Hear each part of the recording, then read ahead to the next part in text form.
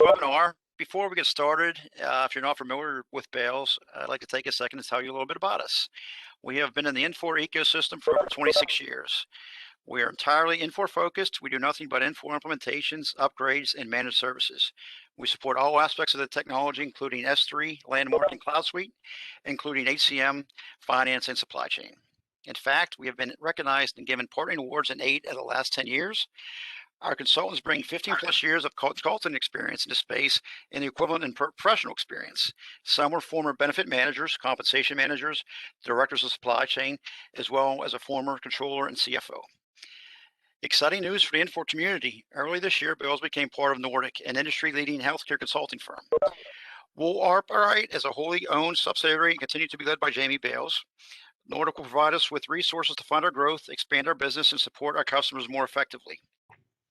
For healthcare customers, it allows us to bring together Nordic's capabilities in the EHR space to provide a more holistic solution, including specific expertise in EHR and ERP integration. This combination will offer a best practice model to reduce implementation risks and leveraging the data from both systems to drive insights and outcomes. Again, we'd like to thank you for joining us today. Let me introduce your presenters. Today we have HCM Practice Manager Niki Kimball and Director of Service Delivery Kellie Gilbert. Thank you, and Niki, all yours. All right, thanks, Brian. Did we hit the record button? Yes, ma'am. Sure. All righty, great. It usually pops up. That's I just want to make sure. All right, well, thanks everybody for joining us. Like I said, like Brian said, this is Niki Kimball. I'm the HCM Practice Manager. I've got Kellie in the wings helping me out. But today we're going to review IPAs and how they can help improve the processes for HR. Now, I'm a functional consultant, not a technical consultant, so this is more of a perspective from the HR user and how it can benefit the HR team. We're going to follow a day in the life of Bailey, who's an HR generalist who works at a large company, and she has several tasks that take up a significant part of every day that she walks in the door. So these tasks are items that were not fully addressed in the first phase of the implementation, some manual tasks that weren't process improved during that implementation. So we're going to talk about how IPA can maybe help save her some time and alleviate some repetitive processes that didn't get addressed. So the first thing we're going to talk about is Infor process automation. What actually is it? So it's a business process modeling software that is an enhanced tool for automating business processes. What does that mean? It's a programming tool that can be used to automate processes within GHR and S3, and even send notifications and files outside of the system. So it does a lot. It's a very powerful tool. I've got some tech folks on here that I'm sure I'm upsetting by my very high level description of what IPA is, but it can do a lot for the user. And that's what we'll focus on today. Yeah, Niki, it's like almost like a workflow, right? Yes. So it starts at one point, it goes through all these processes, and then you get a lovely end result. Yeah, yep. So what can it do? It can optimize processes. It can make them faster and remove the paper trail, right? So you can also create more controls.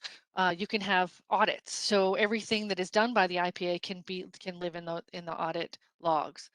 It can achieve greater accuracy. So it has rules that say, if this, do that. So it can make things very logical, and it can make them happen the same way every time. So it can also amplify intelligent output. And what does that mean? That just means that it can send notifications, emails, in-basket tasks to all the relevant users and let them know what happened, whether it was successful, even can send errors, but it can also notify of the next steps to the users and employees if need be. So implement smart infrastructure. What that really translates to is it creates a standard. So there's fewer exceptions, there's fewer mistakes. So it's all done within a logic software. And if you do have any questions, I don't know if I mentioned that Kellie will be monitoring the chat. So if you have a question, throw it in the chat and Kellie will let me know or can get it answered for you. So some of the benefits, it can reduce the cost, obviously, by saving time. improve efficiency to make sure the same thing happens every time, and it can eliminate the human errors, which I already talked about. And then it can position workforce on value activities, which means it can have your team focused on what really matters. This is just an eyeball of what a basic flow looks like. To me, it looks like a Visio flow. So when, as a functional consultant, what I do is I try and flow it out as a flow chart. Just that way I can, if there's an if-then statement, it can usually happen. So it can help you understand what flow you want and how you want everything to go. And it answers questions for you. So say you get to, all right, what do I do next? And that way it's all documented for the programmers to make it happen. So this makes you think through every step from start to finish if you look at it as a flow chart or a workflow. Each one of these little items is called a node. And like I said, it creates if-then statements, or it triggers actions. So this is just an easy way to get the flow defined fully for both the programmers and yourself to know that you've addressed every angle. And Niki, this also makes sure that you have the correct processes in place, right? When you start flowing things out like that, it really helps you work through the process within your organization to ensure it is what the desired result. Yep. Yeah. It makes you, it gives you the process improvement view at the same time. Absolutely. All right. So back to Bailey. So what we found is that a year or two after the implementation, every day Bailey still has to come in and look at a stack of papers. And for in this example, it looks at recent terminations. So she has to look at every piece of paper of all these terminations and to see if they've met the requirements for the vacation plan payouts. So she has to approve all these and have them done before the next payroll run. So where do we go from here? We see that there's a process that can be improved. So the first thing we do is ask a bunch of questions to find out what the best solution is. So why is Bailey getting termination as paper when we have obviously a state-of-the-art talent system in for? So it was the reason why it was put off in this example, we can say it was put off in the original implementation, moved to later, and sometimes that later doesn't happen. So now we're trying to revisit some of those processes that weren't addressed in the original implementation. So how can we improve this? So an IPA can help for sure. The solution in this case would be when a termination happens in the system, there could be notifications, or an IPA could be created, or the existing termination action could be used to improve the process and make other things happen. I mean, at this point, you may say maybe it might not be an IPA. We could use, as a corporation, we could use manager self-service, for example, and use the termination actions that come from the managers to start the process. So it depends how your company works and what the best solution would be. But in this case, we're going to go with the IPA. And the next question would be, what are the rules for the approval of this vacation? So what's the criteria that's being used to validate if they're eligible for the payout? And again, like we talked about, it's a good time to process improve here too. So is this the best way to do it? Are the rules in place? Is it documented? Some more questions would be, who needs to be notified when the vacation payout is approved? So an email will be sent to the employee's personal email account if it's in the system. If there's not an email address, then a letter could be printed and mailed. And another check could be upon termination. You got to think about is, make sure upon termination the employee updates this information, which I know sometimes is hard when they're walking out the door. But again, another opportunity for process improvement. So what needs to happen when the vacation payout is not approved? So does a letter need to be sent to the employee stating why, or is it just dropped? Or will the email be sent to the HR representative to make sure that they understand why that they didn't get it, or the managers, or who else ever is involved in this process? So where do they need to go?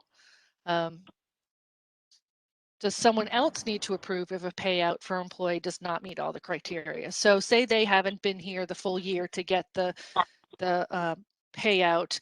Are there exceptions? Can it be routed to another higher level manager in HR for approvals? So as long as you can say, if it's over, in this case, 75 hours, does an approval need to be made higher than the manager that's working on it now, or the HR representative? It's a lot of questions, but it helps define what the process will be. And then since we're talking about terminations, are there other groups that need to be notified about this termination that will help improve the entire process of a termination? Security teams, does IT need to be notified to inactivate their badges? In the example here, a gym membership, does that need to be terminated as well? So there's lots of other things that could be improved with this process outside of just HR. So it's nice to be able to use this as a process improvement for the entire company and not just HR. So hang in there, Bailey, we're getting help. So when you design to automate vacation payouts, do you want to add logic to the existing termination, or do you have to create a new one? So, you know, you got to think about if there is a termination action already happening, which could be sending notifications already, and just add upon that. The existing IPA could be modified to add additional nodes and possibly add an ability to initiate another IPA. So that would be, it could at one point initiate another IPA within that, and that could go and do its own workflow.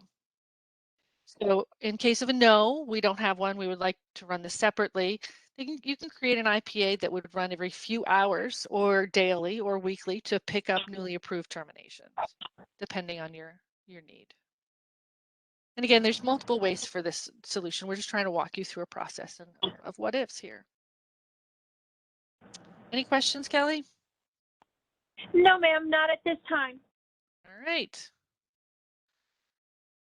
Okay, so which IPA features could be used? There's quite a few, and I'll just talk through a couple of them here. So you could create logic to automatically approve the payout. So in the example, we have the IPA look up the absence plan name. In this case, it's vacation. We would want it to ignore the sick plan. And if the plan name equals VAC, then the employee the employees have been employed more than a year, for example, then they could get the whole payout. So the next step would be create the ability to send the appropriate team member for the additional approval. So that these approvals can be sent into the in basket or email. And then you could add logic for additional escalation if needed. So say if the payout was higher than 120 hours, do you need to have, you know, more approval? And then include logic to increase the timeout period. So what this does is say the timeout the timeout for the approvals end on a late Friday night, that you can move it to Monday to make sure that the managers or the approvers have time to approve it. So obviously notification of the action to the employee. So you can, if there's an email in the system, personal email, you can email it because they've already been terminated potentially. They don't have access to their work email anymore. And you can create the actual payout of time hours. So you can create a time record file. You could create one obviously inside GHR to go to the payroll, or you could have one that goes, creates a file that goes to S3, right, to create a one-time payout. And updating fields within business class. So what that means is just updating the record audit log for the records of approval. You can also attach documents within the IPA's process. So potentially you could attach the policy in the email that you send the employee.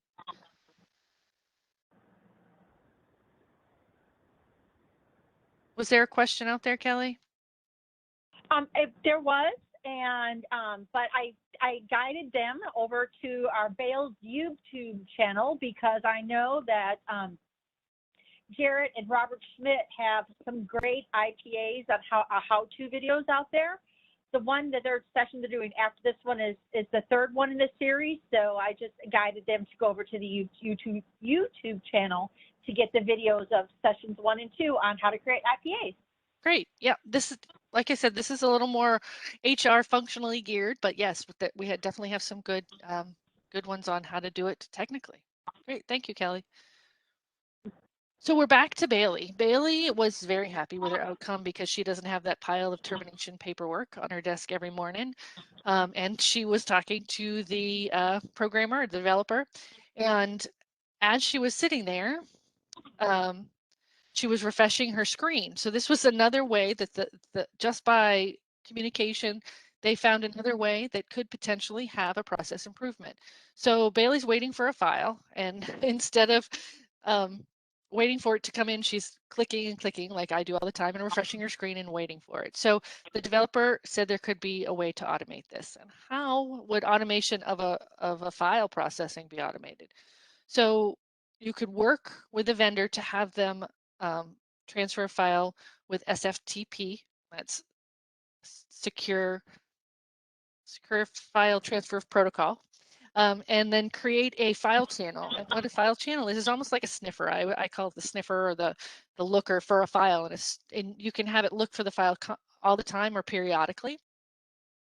And when the file is found, it can initiate an IPA, and the IPA can move the file. It can actually put it in a different format and get it ready for upload into the system, or it can move it to a shared folder so you can access it from there. So there's lots of ways to use automation within HR and obviously in the other modules, but if you find your daily work is repetitive and can be logicked out into a workflow, there's no reason why it can't be turned into an IPA. So the next steps, Bailey's talking to her coworkers to make sure that there's not other ways that they can streamline their processes. They created an internal user group of team members to discuss these processes, and that's really helpful because there's a lot of times when you're doing your job and you don't know there's other options, you don't know that there's ways to improve the process. The team revisits initial go live documents, right? This is very important. So a lot of times when you do go live, you'll say, okay, we just doing what we have to do to get live, and this is the 10 most important things we got to get done, and we'll do the rest later, and later never comes. So go back and look at those documents to see if there's anything that got left off the table as not as a priority one that may be looked at now, right? That can help everybody. This team actually in this example, the team contains HR generalists from different sites, and that way they get different perspectives. They work together to prioritize. Go ahead. I was going to say, in that way you ensure that when you're developing your IPA for a non-centralized organization, make sure everybody's needs are being met, not just the ones that are needs. Yep. Absolutely. Yeah, and that's why communication is important, to get everybody's perspective. Yep.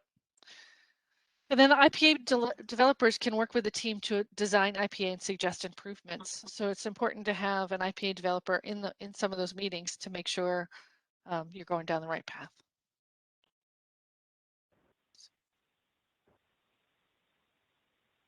So in summary, go back and look at those implementation plans to see if there was anything out there that was moved from the first phase of the project.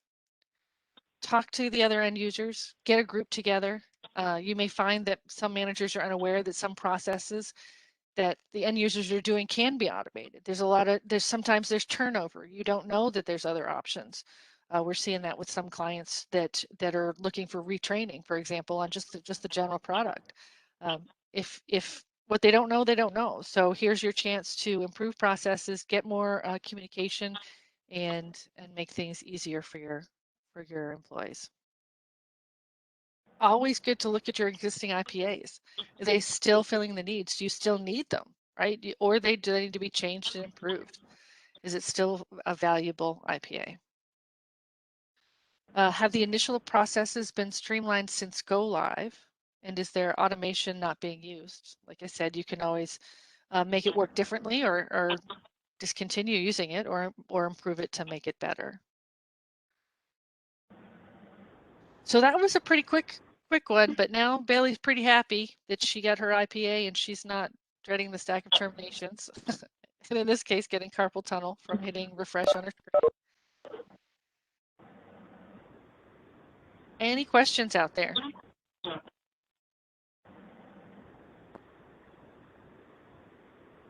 Kellie, anything you want to add? I have nothing in the chat, Niki. And I know some of the technical folks that are on here are probably cringing on our high-level overview of how to use IPA. Like I said, they have some phenomenal videos on our YouTube channel on actually developing an IPA and how that functions. Niki and I are just dangerous enough to come up with these ideas, and then we hand them off to them, and they just sort of shake their heads in awe that we think of stuff like this. But it's a great tool, guys.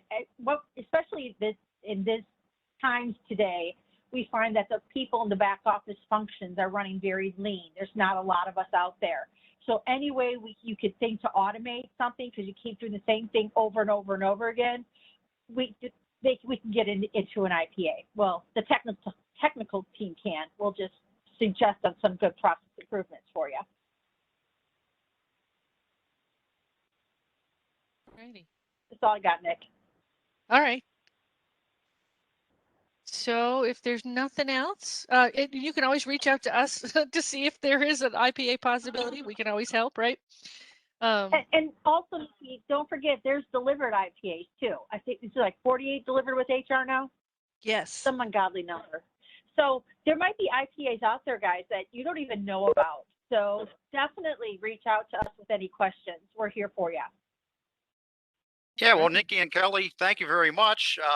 Appreciate the session, and thank you for all who attended. If you enjoyed today's webinar, we hope you'll consider our next one, scheduled for June 25th. That one will be reports listing cues to manage the supply chain, and the other one will be a beginner's guide to IPAs.